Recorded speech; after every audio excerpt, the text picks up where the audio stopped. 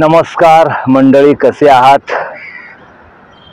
माझा आवडता सिनेमा या सेगमेंटमध्ये आज आपण बोलणार आहोत. म्हणजे मी बोलणार आहे, तुम्ही ऐकणार आहात. नाना पाटेकर यांनी अभिनय केलेला आणि एन चंद्रा यांनी दिग्दर्शित केलेला अंकुश या चित्रपटाबद्दल. 1986 साली हा चित्रपट रिलीज झाला आणि बेकारी हा त्याचा विषय आहे. म्हणजे तुम्ही विचार करा, 1986 साली बेकारी या विषयावर चित्रपट निघतो. 2024 साली ही बेकारीच सतावते आहे तरुणांना. तर बेकारी ही परंपरागत चालतच आलेली आहे, त्याच्यावर अजून उपाय सापडलेला नाहीये. वेगवेगळ्या पक्षांची वेगवेगळे पक्ष सत्तेवर येऊन गेले. प्रत्येकाने आपापल्या परीने आश्वासनं दिली, आम्ही बेकारी गरिबी मिटवू. पण बेकारी कुठल्याच पक्षाला, राजकीय पक्षाला सत्तेवर असताना मिटवता आली नाही. अन्यथा 2024 मध्ये जी ओरड चालली आहे तीच एन चंद्रा आणि नाना पाटेकर 1986 मध्ये का करत असावेत ना. तर बेकारी ही सनातन आहे. तर अशा या बेकारीवर बेतलेला हा सिनेमा आहे अंकुश. तर काय होतं ना मित्रांनो, बेकारी हा एक शाप आहे, शाप. म्हणजे एक साधारण जी समाजाची एक घडी आहे, त्या समाजाची एक चौकट आहे. त्या चौकटीत तुम्ही जर बेकार असाल तर तुम्ही सामावून घेतले जात नाही. म्हणजे तुम्हाला समाज थोडंसं वेगळ्या पद्धतीने ट्रीट करायला लागतो. तुम्हाला अशी जाणीव व्हायला लागते हळूहळू की आपण कुठेतरी एकटे पडतो, कारण आपण बेकार आहोत, आपल्याकडे नोकरी नाही. कारण तुमच्याकडे नोकरी नसते, त्यामुळे तुम्हाला आर्थिक स्थैर्य नसतं, आणि आर्थिक स्थैर्य नसतं त्यामुळे त्या ज्या चौकटीत वावरणारी मंडळी आहे त्यांच्या मुलींसाठी तुम्ही योग्य नसता वर म्हणून. त्यामुळे तुमच्याकडे बघण्याचा दृष्टिकोनच एकंदर बदलतो. तर असे चौकटीच्या बाहेर फेकलेले काही 4-5 तरुण आहेत, त्यांची ही कथा आहे. समाजाची जी एक सो कॉल्ड चौकट आहे, त्या चौकटीच्या बाहेर फेकलेले काही तरुण आहेत, त्या तरुणांची ही कथा आहे. त्यात नाना पाटेकर आहे, सुहास पळशीकर आहे, असे बरेच कलाकार आहेत. पण सुहास पळशीकर नावाचा एक नट जो बॉलिवूडने त्याचा सुहास पळशीकर यांचा विचार नीटसा केला नाही. अप्रतिम नट. तर आपण सुरुवात करूया नाना पाटेकर आणि एकंदर त्यांचं जे काय टोळकं आहे, त्यांचं जे काय ती जी काय 4 मित्र आहेत, ते हळूहळू बेकारीमुळे गँगवॉरकडे कसे ओढले जातात. म्हणजे त्यांची इच्छा नसतानाही ते ढकलले जातात. आणि गँगवॉरकडे म्हणजे ढकलण्याची जी प्रोसेस होती, तो एक काळ होता 86-90चा काळ. तो गणेशोत्सवातून सुरू व्हायचा. आणि तसाच एन चंद्रा यांनी हा जो या चौघांना गँगवॉरकडे ढकलणारा जो पॉइंट आहे, तो गणेशोत्सवच पकडलेला आहे. मित्रांनो, होतं काय की लोकमान्य टिळकांनी सामाजिक एकोप्यासाठी आपण सगळ्यांनी एकत्र यावं आणि ब्रिटिशांच्या विरोधात पावलं उचलावीत, त्यांना इथून हाकलण्यासाठी म्हणा किंवा आपण पारतंत्र्यातून बाहेर येण्यासाठी. आणि ते एकत्र जमणं लोकांनी गरजेचं होतं. त्यासाठी गणेशोत्सव सुरू केला. हा सण त्यांनी सार्वजनिक सण सुरू केला. असं आपण शाळेमध्ये शिकत आलो, वाचत आलो. त्या गणेशोत्सवाचं नंतर विद्रुपीकरण होत गेलं हळूहळू. म्हणजे तुमचा गणपती श्रीमंत की आमचा गणपती श्रीमंत, त्यानंतर तुमचा गणपती मानाचा आहे की आमचा गणपती मानाचा आहे, ही स्पर्धा सुरू झाली. आणि मग ते स्पर्धा करणारे जी मंडळी होती ती थोडीशी धतिंगबाजी करणारी मंडळी होती. आणि मग हळूहळू गणेशोत्सवातून सुरू झालेला राडा मग पुढे जाऊन गणेशोत्सव बाजूला पडतो आणि तो राडा मग वेगळ्याच दिशेने जायला लागला. मग नंतर त्याला राजकीय पक्षांनी हवा दिली थोडीशी अशा तरुणांना राडे करण्यासाठी. आणि मग त्याचं काय होतं, या सगळ्याचा परिपाक म्हणजे अंकुश सिनेमा आहे. या सिनेमातले हे वाट चुकलेले जे 4 जण आहेत, असं आपल्याकडे एक म्हणण्याची पद्धत आहे की सुशिक्षित बेकार आणि जर ते आपला रिकामा वेळ घालवण्यासाठी नाक्यावर उभे राहत असतील तर ते वाट चुकलेले तरुण असतात. तर असे हे 4 तरुण, त्यांच्यापैकी एक जण जो आहे तो लाल्या, जो रोल केलाय सुहास पळशीकर यांनी, अप्रतिम कॅरेक्टर केलाय त्यांनी, अप्रतिम. तर सुहास पळशीकर यांच्याबद्दल जेवढं बोलावं तेवढं थोडं आहे, कारण लाल्या हे कॅरेक्टर संपूर्ण सिनेमा पाहिल्याच्या नंतर तुमच्या स्मरणात राहतं. तर असे हे सुहास पळशीकर बॉलिवूडकडून डावलले गेले. त्यांना ते जेवढं म्हणावं तेवढं विचारात घेतलं नाही बॉलिवूडने. असो, तर आपण येऊया पुन्हा मूळ त्या कथानकावरती, की या चार तरुणांचा कडेलोट होणारच असतो. म्हणजे हे कुठेतरी कुठल्या तरी प्रकरणात अडकणारच असतात. इतक्यात ते जिथे राहत आहेत त्या वस्तीमध्ये एक कुटुंब राहायला येतं, एक तरुण मुलगी आणि तिची आजी. आता नेमके हे त्याच जागेत येतात ज्या जागेमध्ये मी संपूर्ण अंकुशबद्दल काही बोलणार नाही तुमच्याशी. मला या अनुषंगाने थोडं बोलायचं, आणि अंकुश या सिनेमाची तुम्हाला आठवण करून देण्यासाठी हा व्हिडिओ करतोय. त्याचं कथासार सांगावं किंवा त्याचं समीक्षा करावी यासाठी मी हा व्हिडिओ करत नाहीये. फक्त हा व्हिडिओ आल्यामुळे एक 4-5 जण तरी पुन्हा अंकुश बघतील म्हणून मी हा व्हिडिओ करतोय. पण त्यासाठी असं नाही की अंकुश बघा आणि बंद केला व्हिडिओ, असं होणार नाही, म्हणून थोडंसं बोलतोय, इतकंच. तर ते जिथे म्हणजे ते ज्या वस्तीत राहत असतात त्या वस्तीमध्ये एक अशीच बंद रूम असते जिथे कोणीच राहत नसतं. तर ती जी बंद रूम आहे त्याचा जो बाहेरचा परिसर आहे तो या 4 तरुणांनी अड्डा केलेला असतो आपला. आणि तिथे ते मस्त गुण्यागोविंदाने कॅरम खेळत असतात, रोज भेटत असतात, भेटून एकत्र भांडत असतात. तर असं ते फार त्यांचं म्हणजे त्या चौघांचं त्या जागेत फार छान बसतान बसलेलं असतं, आणि त्यांची ती हक्काची जागा असते. मग तिथून त्यांना तो पूर्ण एरिया दिसत असतो, कोण एरियात येत आहे, कोण एरियातून बाहेर जात आहे. जवळच असणारा सिगरेटवाला त्यांना उधारीवर सिगरेट देत असतो. असं सगळं आलबेल चालू असताना ती तरुण मुलगी आणि तिची आजी नेमक्या भाड्याने किंवा भाड्याने जे काही घर घेतात ते तेच घर घेतात ज्या घराच्या बाहेरच्या त्या वरांड्यामध्ये या लोकांनी आपलं बस्तान बसवलेलं असतं. म्हणजे हा प्रत्येक जण आपापल्या घरात राहत असतो, फक्त लाल्या तिथे झोपत असतो त्या वरांड्यात, त्या तेवढ्या रिकाम्या जागेमध्ये. आणि रोज सकाळी म्हणजे फक्त झोपण्यापुरतं आपापल्या घरी जात असतात बाकीचे, नाना पाटेकर आणि इतर मंडळी. आणि सुहास पळशीकर म्हणजे लाल्या मात्र तिथेच राहत असतो. आणि रोज सकाळी तिथे येऊन जमतात आणि मग जे काय असेल, राडे असतील काय असेल त्या इथे करतात ते. आणि त्याचा लोकांना त्रास होतो, प्रचंड त्रास होतो. मग लोक त्यांना म्हणजे असं म्हणतो ना आपण की अरे काय कसे तुम्ही लोकांना त्रास देताय, तुमच्यामुळे किती त्रास होतोय लोकांना, तुम्हाला कोणाला तरी उत्तर द्यावं लागेल म्हणजे वरती देवाला जाऊन. यावर तर इतकं अप्रतिम गाणं आहे ना, अप्रतिम गाणं आहे. कुलदीप सिंग यांनी या सिनेमाचं संगीत केलंय, अप्रतिम संगीत केलेलं आहे. त्यात ते गाणं आहे, मला आता ते वर्ड आठवत नाहीये. तर ऊपर वाला क्या मांगेगा हमसे कोई जवाब, ए ऊपर वाला क्या मांगेगा हमसे कोई जवाब. तर असं हे अप्रतिम गाणं आहे. आणि हे गाणं मला खूपच आवडतं. आणि सांगायचा मुद्दा काय की असं सगळं मजेत चालू असताना ती तरुण मुलगी, परत ते मी माझा पॉइंट राहून जातो, ती तरुण मुलगी आणि तिची आजी त्या घरी ते घर घेतात, भाड्याने घेतात की विकत घेतात मला आता नीट आठवत नाही, पण त्या घरात ते राहायला येतात. त्यामुळे यांना राग येतो चौघांना की अरे बापरे, म्हणजे आपल्या जागेत आता कोणतरी आलं आणि आता आपल्याला ती जागा सोडावी लागणार, जी अगदी मोक्याच्या ठिकाणी आपल्या एरियामध्ये होती, आता दुसरीकडे आपल्याला बस्तान बसवावं लागणार. त्यामुळे थोडासा अनबन होते त्यांच्यामध्ये. पण होतं कसं की ती जी मुलगी आहे, तरुण मुलगी जी आहे ती सोशल वर्कर असते, आणि ती आणि तिच्या आजीमुळे हळूहळू हे 4 तरुण योग्य मार्गावर येणं म्हणतात किंवा समाजाच्या त्या चौकटीत येण्यासाठी जे त्यांना वागावं लागणार असतं ते वागायला सुरुवात करतात या आजीमुळे आणि त्या तरुण मुलीमुळे. त्या तरुण मुलीला हे चौघही बहीण मानतात आणि तो प्रवास सुरू होतो.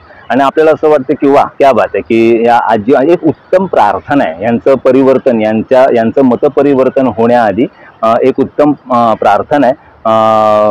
इतनी शक्ती हमें देना दाता. काही शाळांमधून आता ही प्रार्थना गायली जाते शाळा भरत असताना. म्हणजे शाळेसाठी लावली गेलेली प्रार्थना जी बॉलिवूड सिनेमाचं एक गाणं आहे.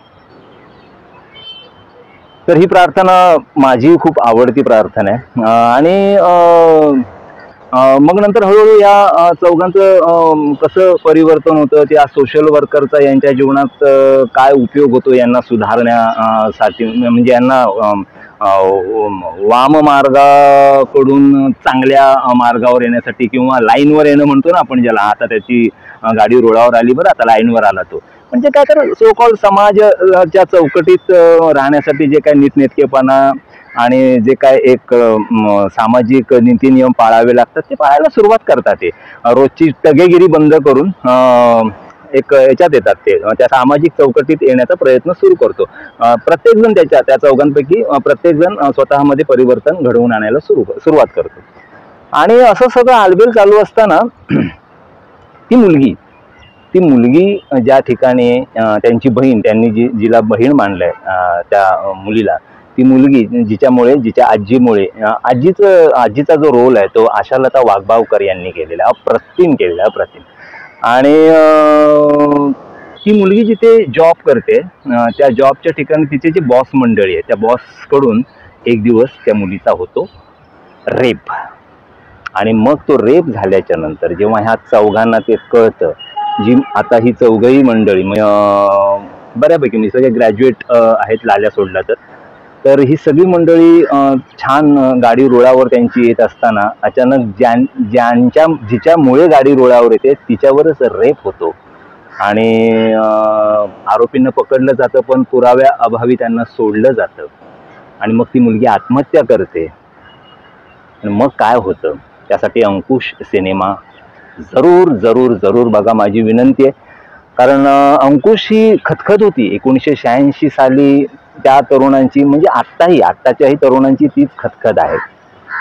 तर ती खतखत पडद्यावरती मांडणं हे फार कठीण गोष्ट असते. तुम्ही तुमच्या डोक्यात, तुमच्या मनात एक असा आगडोंब उसळलेला असतो, एक व्यवस्थेबद्दल चीड असते, पण ती साहित्यिक रूपाने मांडणं किंवा पडद्यावरती ती तेवढ्याच ताकदीने उतरवणं यासाठी फार स्किल लागतं. आणि ते यशचंद्रांकडे होतं, त्याचबरोबर त्यातल्याच प्रत्येक कलाकाराकडे होतं. नाना पाटेकर तर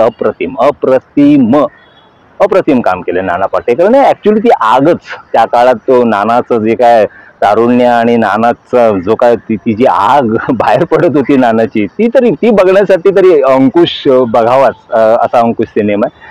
तर अंकुश बघा तुम्ही. होतं काय मित्रांनो की सिनेमाबद्दल एक थोडंसं, म्हणजे आता या अंकुशच्या अनुषंगाने मी एक थोडंसं बोलतो की काय होतं ना की काय म्हणूया आपण त्याला, की चित्रपट करत असताना माणसाची हिंसा हा एक बॉलिवूडवाल्यांचा आवडता विषय, की माणूस हिंसा करतो. मग त्याचं कारण, तर थोडं आपण आधीपासून जर प्रयत्न केला तर माणसाच्या हिंसेची कारणं दाखवत असताना माणसाचं माणूसपण पण दाखवलेलं आहे. की तो काय जनावरांची हिंसा नाही ना, ती मनुष्य प्राण्याची हिंसा आहे. जो मनुष्य बनायला निघालाय, जो मानवतेच्या दिशेने निघत असताना काही गोष्टी ज्या त्याच्या आत दडून बसल्या आहेत सुप्तावस्थेत, त्या बाहेर कशा डोकावतात, तर त्यासाठी त्याचं मानवपण, त्याचं मनुष्यपण दाखवणं पण गरजेचं असतं तितकंच.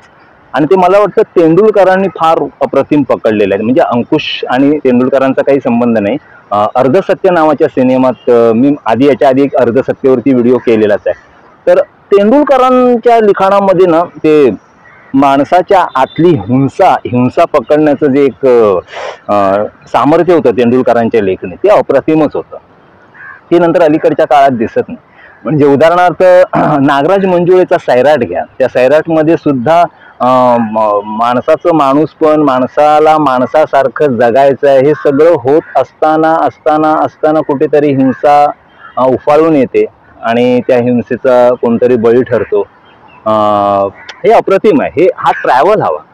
नेमका हा ट्रॅव्हल ना, आता जे म्हणजे दोन्ही दिग्दर्शक माझे आवडते आहेत, राम गोपाल वर्मा यांना तर मी माझ्या एकंदर खाजगी आयुष्यातही मित्रांशी बोलताना सरच असं म्हणतो, कारण वर्मा सरांचं टेकिंग आणि वर्मा सरांनी चित्रपटाची व्याख्याच बदलली, पूर्ण त्याचं टेकिंग बदललं. एक वेगळ्या म्हणजे एक जो टप्पा आहे तो वर्मा सरांनी सुरू केला, राम गोपाल वर्माने. त्याच्यानंतर अनुराग कश्यप. पण होतं कसं ना, अनुराग कश्यप आणि राम गोपाल वर्मा, आता मला माहित नाही माझं मत किती जणांना पटेल किंवा पटणार नाही, कमेंट बॉक्समध्ये ते लिहा तुम्ही. ह्या दोघांबाबत माझं असं म्हणणं आहे ना की हिंसेसाठी हिंसा, म्हणजे फक्त चित्रपटात हिंसा दाखवणं,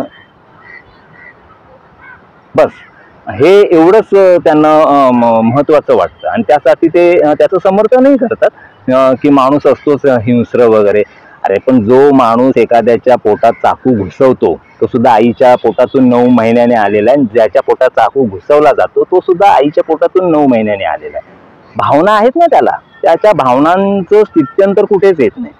गँग ऑफ वासेपूर या सिनेमाला सिनेमा का म्हणायचं तेच मला कळत नाही. मला ते हिंसेचं डॉक्युमेंटेशन वाटतं. फक्त हिंसेचे 4-5 तुकडे एकत्र करून गँग ऑफ वासेपूरचे 2 भागाने डोक्याला ताप केलेला आहे. फक्त हिंसा बघायची जाऊ, म्हणजे भाज्या कापतो ना आपण किचन मध्ये, तशी माणसं कापतायत ते, आणि त्याला काही नाही, शेंडा नाही, बूड नाही. इथेच तेंडुलकर वेगळे ठरतात. तेंडुलकर हिंसेबद्दल जे बोलतात, तेंडुलकर आपल्या नाटकांमधून हिंसेबद्दल जे मांडतात ते प्रचंड वेगळं आहे. म्हणजे अनुराग कश्यपने कधी वेळ मिळाला तर तेंडुलकर वाचावा, किंवा आता जर तो असं म्हणत असेल की तेंडुलकर वाचूनच मी हे करतोय, तर अत्यंत चुकीचं. तेंडुलकरांना ही अनुराग कश्यप पडद्यावर जी दाखवतो ती हिंसा कधीच मान्य नसती झाली. हिंसेसाठी हिंसा करणं गरजेचं वाटतं अनुरागला किंवा रामगोपाल वर्मा सरांना, तर ते जरा मला चुकीचं वाटतं. बाकी अंकुश बघा, अंकुश मजेशीर सिनेमा असं म्हणणार नाही मी, पण तरुणांचं दुःख प्रचंड ताकदीने एन चंद्रा यांनी मांडलेलं आहे. त्यातली गाणी फार उत्तम आहेत. आणि बाकी काय नाही, बाकी आपण नवीन सिनेमाच्या निमित्ताने पुन्हा एकदा भेटू. निरोप घेण्यापूर्वी एक सांगावंसं वाटतं की काय होतं ना, प्रेक्षक म्हणून जेव्हा तुम्ही एखादा सिनेमा बघता तेव्हा तुमच्या आधी जाणीवा प्रगल्भ करा. उगाच 100-200 फुटावरून उड्या मारणारा इन्स्पेक्टर आणि असं करून सिंघम सिंघम करणार, हे काय चावटपणा काय लावलाय? कसलं मनोरंजन आहे? बरोबर नाही ना. म्हणजे तुम्ही उगाच काहीतरी अफूच्या गोळ्या देऊ नका, वास्तव दाखवा. अर्ध सत्यमधला इन्स्पेक्टर बघा, तुमच्या आजूबाजूला जसा इन्स्पेक्टर असतो तसा तुम्हाला बघायला मिळतो. त्यात हिंसाही आहे, त्यात प्रेम आहे, सगळं आहे. पण उगाच कुठेतरी लाईटचे खांब उखडायचे आणि विलनच्या मागे धावायचं, कोणाच्या डोक्यात, कुठल्या महाभागांच्या डोक्यातून हे असलं लिखाण येतं? कुठे नेऊन ठेवतं? म्हणजे कधी कधी वाटतं की स्मिता पाटील, अमोल पालेकर हे काय एलियन्स होते का? योगायोगाने दोन्ही नट महाराष्ट्रातले आहेत. त्यामुळे नको हे असलं काही. आपण आधी नकार दिला पाहिजे. आपण आहोत ना सुशिक्षित, आपण त्याला होकार देतो. ते आता काय तो पुष्पा, त्याच्यावर आता वेड्यासारखे रील्स बनवतात. बरं तो काय करतोय? तो कोण आहे नायक? चोर लुटारू तो नायक आहे सिनेमाचा, आणि त्याला आपण दुजोरा देतोय. बाकी माझ्याबद्दल माझ्या बरोबर कोणी सहमत नसतील. तुम्हाला असं वाटत असेल की मनोरंजनासाठी असं नसतं. रईस नावाचा एक सिनेमा मध्यंतरी येऊन गेला शाहरुख खान सरांचा. तर शाहरुख खानने त्याच्यामध्ये गुजरातचा तो दारू सम्राट, तो गुजरातचा, तो त्याने केलाय, आणि नवाजुद्दीन सिद्दीकीने प्रामाणिक इन्स्पेक्टर केलाय. काय कास्टिंग आहे? म्हणजे नवाजुद्दीन सिद्दीकीची इमेज एकंदर तरुणांच्या मनामध्ये एक विलन म्हणून आहे, आणि शाहरुख खानला फॉलो करतात ना लोक, तर त्याने तो गुंड केलाय. मग आता तुला फॉलो करणार लोक शाहरुख खान नावाच्या ब्रँडला, तर मग ते तू जे काय आता मानतोय त्याला फॉलो करणार ना. तो अजय देवगण जुबा केसरी म्हणत गुटखा खातो. कधी कधी डोकं फिरतं ना, पण काय करणार. 400 कोटी 500 कोटीची उलाढाल आहे त्यांची, त्यामुळे ते करतात. आणि आपण खिशात छदाम नसतो, आणि आपण त्यांचे, म्हणूनच आपण कदाचित आपल्या खिशात छदाम नसतो, म्हणूनच या 400-500 कोटी वाल्यांबद्दल बोलण्याची ताकद आपण ठेवू शकतो. म्हणून मी हा व्हिडिओ करतोय. बाकी अन्यथा हा सिनेमा आपला कुठे जाईल सांगता येत नाही. आता वेब सिरीजच्या नावावरती जो काय सेक्स आणि दारू, सिगारेट, चरस, गांजा यांचा जो काय उच्छाद मांडला वेब सिरीज मधून, तो शेवटी तो कुठे, म्हणजे हे जाणार काय, कुठे जाऊन धडकणार आहे हे सगळं? माणसांच्या जगण्याविषयी तुम्ही बोलतच नाही आहात काही. जो तो येतो तो एकमेकाच्या पोटात चाकू घुसवतो ना, ते एकमेकाच्या अंगावरती झोपतो. काय चावटपणा यार. असो, अंकुशवरून हे सगळं आलं. उगाच ते ह्याच्यावरती मी स्वतंत्र व्हिडिओ करेन. बॉलिवूड सिनेमांचा अचरटपणा, बॉलिवूड सिनेमातला अचरटपणा याच्याविषयी एक आपण स्वतंत्र व्हिडिओ करूया. पण अंकुश बघा, अंकुश मधली हिंसा बघा. हिंसेचं कारणही हेमचंद्राने तिथे शोधण्याचा प्रयत्न केलाय. अप्रतिम फिल्म आहे, अप्रतिम अप्रतिम. बघा, तोपर्यंत आता आपण म्हणजे तोपर्यंत टाटा बाय बाय सायणारा बोलणार होतो. म्हणजे पुढल्या नवीन व्हिडिओच्या निमित्ताने आपण भेटण्याआधी आता मी तुमचा निरोप घेतो. टाटा बाय बाय, सायोनारा, बाय.